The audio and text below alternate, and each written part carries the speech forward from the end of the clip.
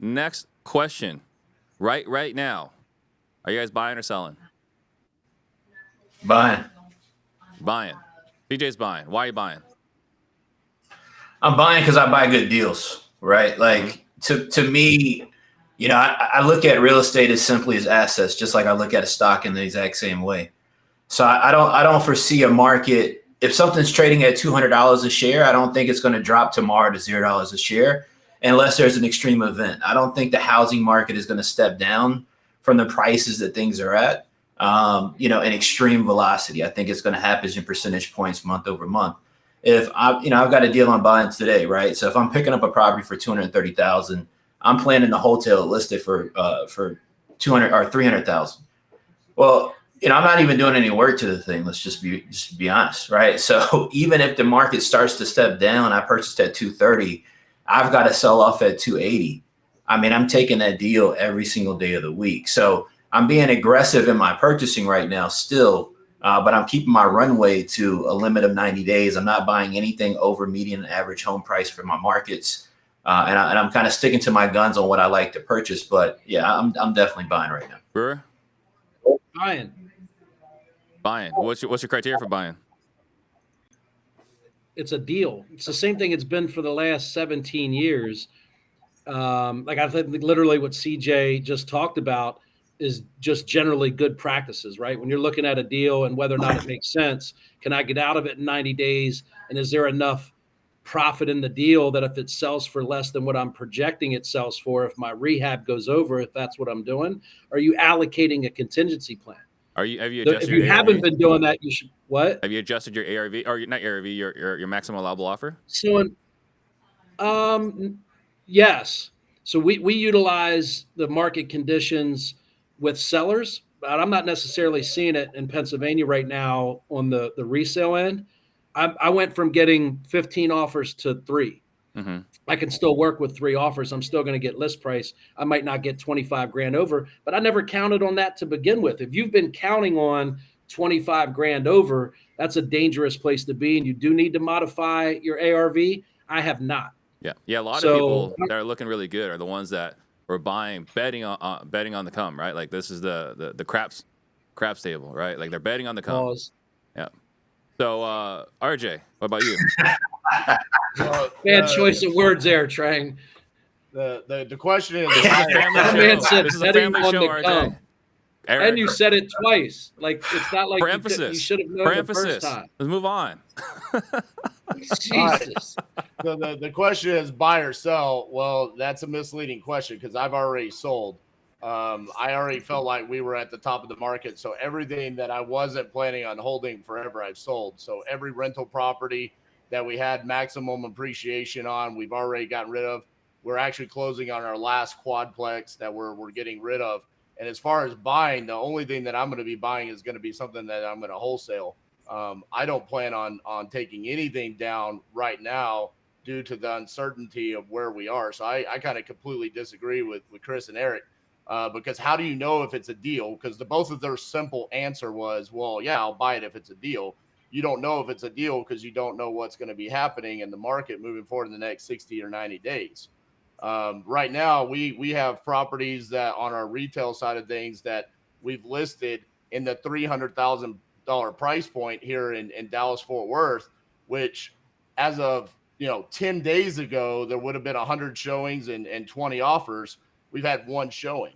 So there's been a drastic just change in what's happened in our local marketplace. Is that median or over median, RJ, on those properties? That's under median. Under median? And you went from 100 showings to 1? Yes.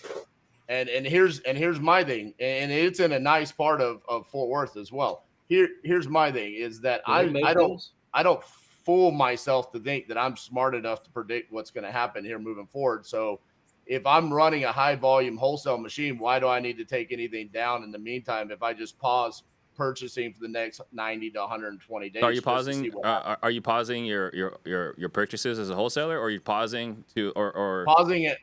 Pausing any flips or rentals or seller financing. The only thing I'm doing is wholesaling. Gotcha.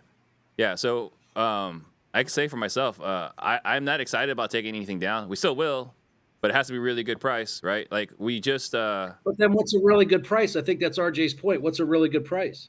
Yep. I mean, for us, we're a lot more conservative as to what we're willing to pay, right? Like we were never betting on the market going up. We were always buying based off the previous comps, right? And I know we left a lot of money on the table because we're being too conservative, but that's been our approach because I didn't want to be in a situation where the market slows down and it's like, oh, there's no appreciation and I'm paying, a lot of interest.